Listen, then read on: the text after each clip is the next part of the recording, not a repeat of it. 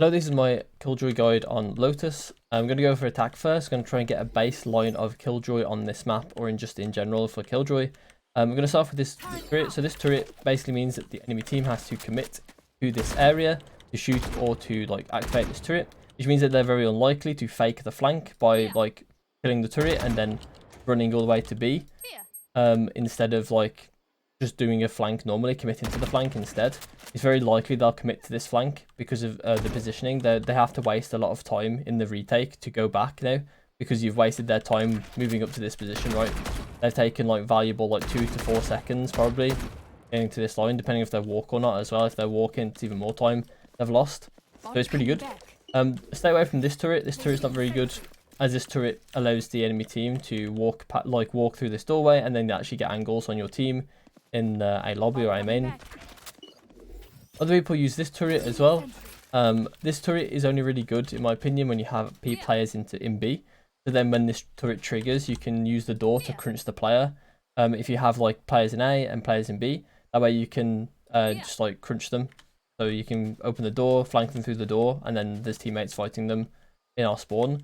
So it actually makes it really hard for this player to get out of this situation. So that's the only time I really like that turret. Otherwise, I don't really use it. There's also this turret, but this turret doesn't have much different from this turret, other than being slightly worse. As it gives you a bit less room, and it can be killed from a bit further away. So generally, this turret is the best one I always use. Technically, this one does give you information faster on the flank, technically, but sometimes that can be a bad thing. As I said, with the fake flank essentially. But it's not too bad. I think either one is fine. You can either use this one or you can use this one. So next thing we're going to show is I'm going to show my molly. So sometimes I do a molly just free throw over this mountain, like this, and sometimes I'll do a free throw molly at this tree. Well, these two mollies have two different functions. This one is an anti-flood molly, so if this smoke is up, right, sometimes a KO or a Sky will like to flash through it, and try and get you as you're trying to come into sight, right, and flash your wall and get kills, right. That can stop that from happening. You can also use it reactively as well to get a kill on that person, but most of the time you just want to use it early, so then you don't risk anyone dying to a flood. And then this one has a bit more of a impact later on in the round when it comes down to retake. I can use this to delay a player coming out of stairs so I can fight this. Or I can use it to, while I'm fighting this person, I can activate this molly to stop them from wide swinging me. Or maybe I can do something like, if I'm fighting them and playing my life, they might try and advance due to it being the post plant, right? They want to advance because they need to defuse the bomb eventually. So they want to actually take some space. And so I can use this molly to sort of zone them from taking that space. And if they decide to commit to the molly, you can actually just spray them without committing to the angle at this wall. So you are actually in a good position to really contest this area. You can also combine this with a alarm bot, which is what I usually do. I usually put a alarm bot here, as it's nice to control this sort of area in post plant. Sometimes I will put it deeper for the bomb as well, and that's fine too. And then we've got the molly. So I usually just run straight up to this corner, and then I'll look at this diamond, and then put this part of the hood on the top of that diamond, and then jump throw, and that should work. Usually, I'm a bit inconsistent with my jumps. They might not work. Okay, it is working. Okay, I did get it right this time. I'm a bit inconsistent with my jumps, but it does get everything.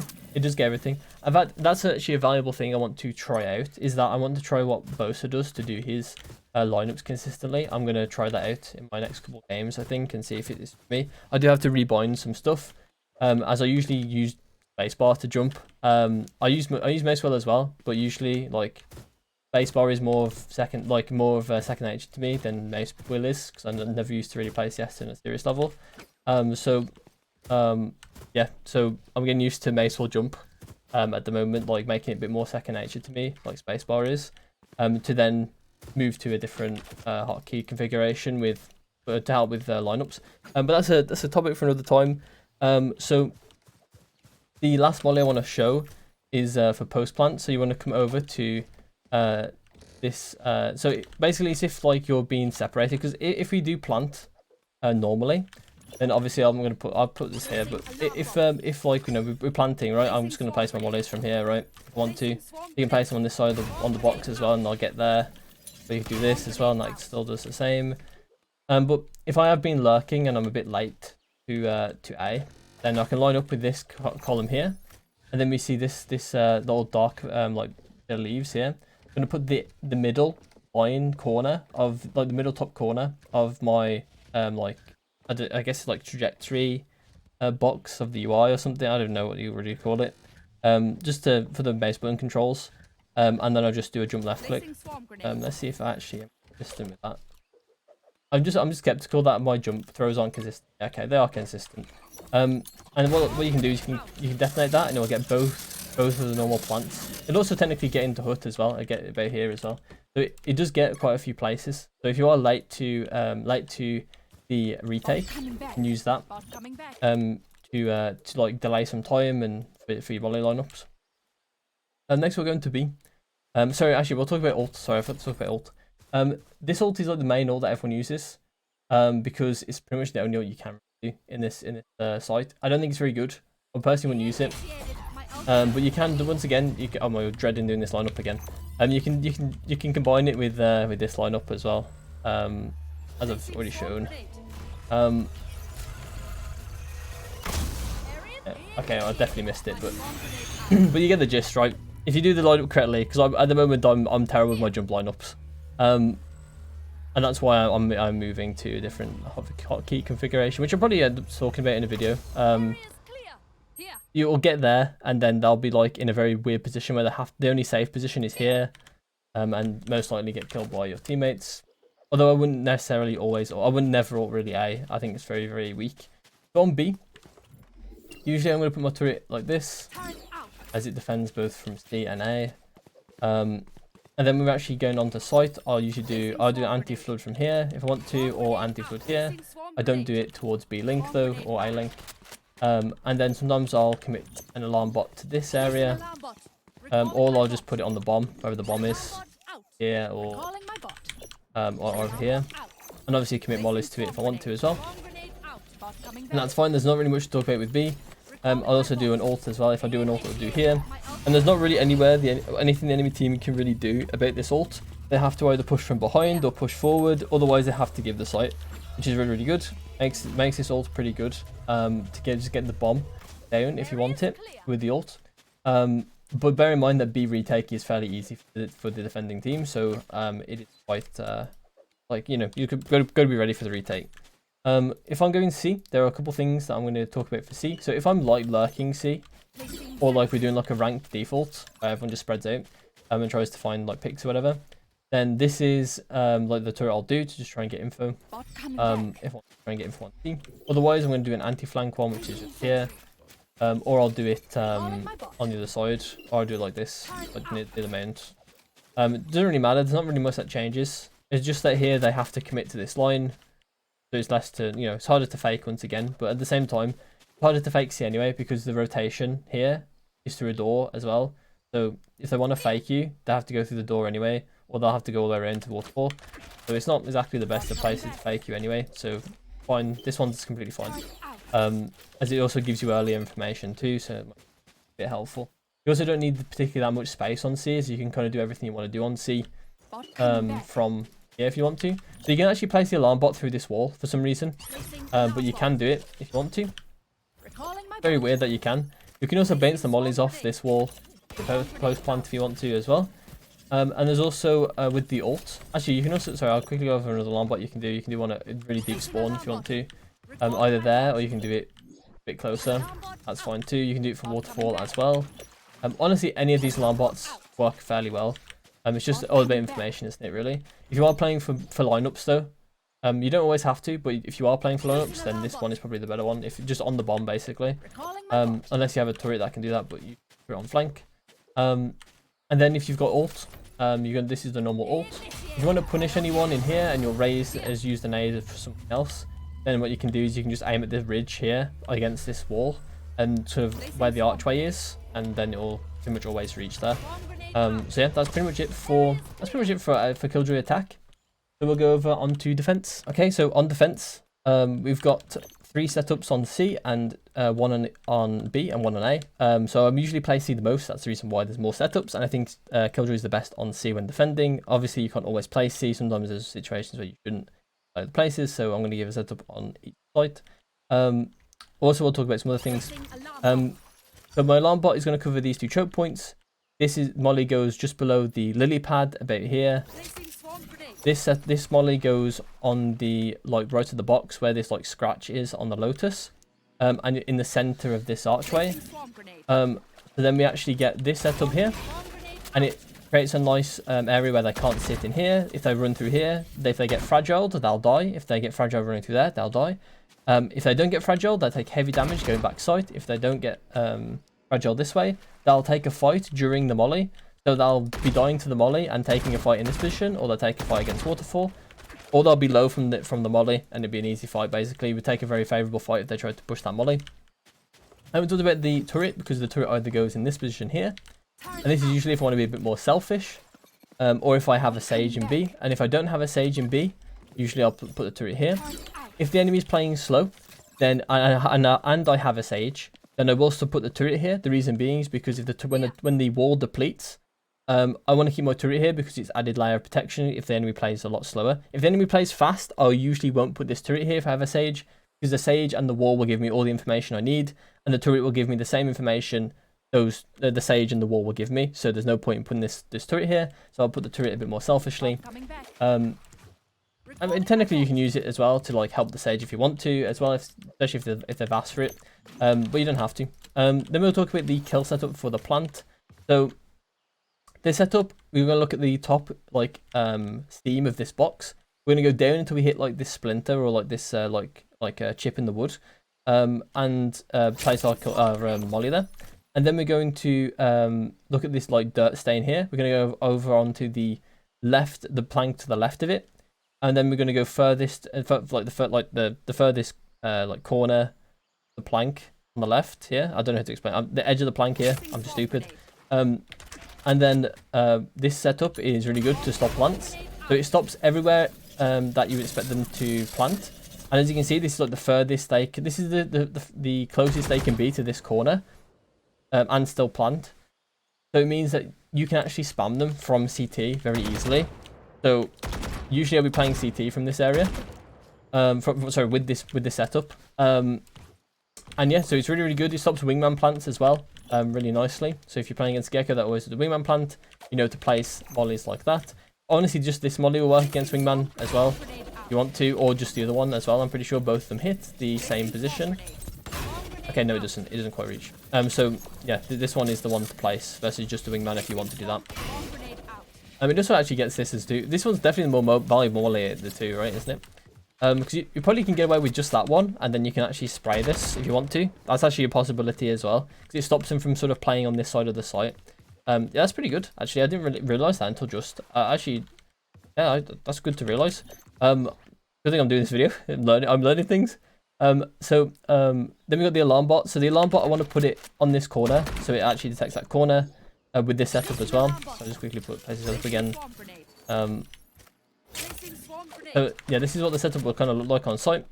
I usually will place a turret in exactly the same place, on top of this box. But you can mix it up as well. Don't be afraid to put it in these sort of corners as well. Completely fine. Maybe in this corner, just in front of the box, or even early, like here or something. Just make it unpredictable. Really, you can do. And also put it in B is also an option as well. As I said, this is also an option as well, but generally it's not going to get much value because it's going to get smoked a lot. So it's usually to stop from, say if you think there's going to be a Killjoy ult, this is a decent turret because it stops them from pushing into waterfall with the Killjoy ult, stuff like that, right? That's how I would think about that sort of util. And then we've got one more setup that I'm going to show. I usually put the alarm bot about here, so I put it quite deep. And then I'm going to put the molly onto this little wisp here. You see this little thin line. I'm going to put it on the thin line. And then I'm going to get this little stain here, this green stain that comes out onto this bunch of dirt. I'm going to place it on that stain. And what it's going to be is it's going to be a perfect molly for backside. It's going to get this corner. It's going to get all of backside, all of bend. It makes it very, very hard for the enemy team to sit in backside. And obviously I'll have the alarm bot to use to know when to trigger that, and I'll place the turret in exactly the same place, or I'll sometimes put it in B. Bear in mind, if you do put it in B, it is technically they can walk out this way, so you need to be careful of stuff like that. So you know, it's just about being careful with some of your util, because you are a sentinel, you do want to defend this site fairly decently. Then I'll talk about some other things. So your ult can delay if you want to, but generally you want to save this for retake, I think, because generally in ranked, delaying isn't really massive. It very rarely wins you rounds to delay the opponent in ranked. In competitive, it's a completely different story, but in ranked, it's not as strong as in competitive. One of the biggest mistakes that a lot of Killjoys make is not pushing up when they have timings, so make sure you abuse your timings, and if you have an opportunity to flank, make sure you take it. Very, very strong on rank to take every opportunity you can flank. A lot of people leave a lot of ranked teams will leave space open, and it'd be very easy to flank. Even if and also just in general, taking space early on, don't be afraid to take fights in general, but you just, you know, go be smart about it. Don't take fights against eco if you've got a gun, right? You don't want to give them a free gun because you've pushed C, stuff like that. You want to be mindful of and try and have good reads on when to flank and when to push and things like that, when to take space. But it is very possible, as much on Killjoy as it is on any other agent. So next we're going to look at the B setup. So usually I'll place my alarm bot like this. I'll put the so from the alarm bot I'll go down and place it on this like little brick like inlay thing from this like column. I don't know what column. I don't know. It's like I don't know what it is. Beam. I'll just put it here basically from down from this on this brick. And then I'll put this molly in this corner. The reason why it's like this is because it stops them from coming out, and it also blocks any plant attempt on this side. I also then put a turret like this. Anyone that comes through this doorway will get hit by the turret, or just shoot the turret instantly probably. But they'll have pressure by they'll get pressured by the turret a tiny bit. And the same here as well. They get pressured by the turret at the same time as the alarm bot going off at them. So it's very, very hard for them to take B initially as well, with the amount of util here. Generally don't play B that much though. Then we go over onto C. Actually, sorry, I'll talk about the retake. I'll retake ults as well. You do one like this, or you can do one like this. This one's technically wallbangable, I think, pretty sure. Yeah, as you can see, it's wallbangable. So you want to be careful if anyone's in this position, they can wallbang it. This one's way less wallbangable. Pretty sure it's not even wallbangable. Oh, it is actually wallbangable. Never mind. Maybe you have to put it deeper, like this. There you do. But it's a lot weaker because you can actually cover this. So you probably do want to put it in this position. And just have info. Make sure you have info on anyone in this position here. Just want to be careful with your ults there. And then we've got A. So on A, I don't really have a great setup. I don't particularly like my setup. But I think it's good enough. So I'll put my turret here. And the reason I put it here is because it can't be shot very easily through this doorway. So I was putting it like here. It was getting shot a lot. But here they have to take this very specific angle to shoot the turret. Otherwise they won't be able to shoot it. And it gives me info on anyone coming out of this area. And it gives me info on anyone in this area. And then with my alarm bot, I sort of mix things up. I'll put it here for one round. I'll put it tree one round. Like this. I'll put it onto sites one round, ready to like stop plants and things like this, with these sort of volleys. Other times I'll put it out at the start of the round like this, and then I'll go over to tree, and when it triggers I can get wallbang spam.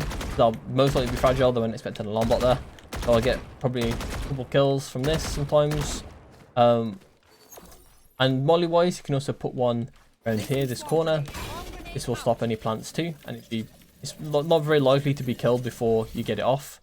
You can also do stuff like this as well to stop people. Okay, maybe a bit deeper than that. I don't actually have a proper lineup for it, but it's like this, where it stops players from sort of taking that much space. Actually, it's not. This is not very good molly. You probably just want it deep in this area, so it stops them coming onto site. You don't really care about them crossing here as much. So yeah, that's basically it for the video. I'm gonna just quickly show you the ults, which is this retake. Usually people do this one as well, but it's a bit less good. This one's the best one for sure. You just need to make sure you have control of drop, otherwise you might lose the ult. So you need to ask teammates. If you are by yourself, like a 1v2, 1v1 or something, then it might just be safer to use this one. It does give you less value technically, but it doesn't matter. In the 1v1, you just need the safety of it going off potentially, and most of the time probably the consistency is what you need, also than the actual value. So yeah, that's it for the video. I hope you enjoyed. It's my first Killjoy guide on my channel.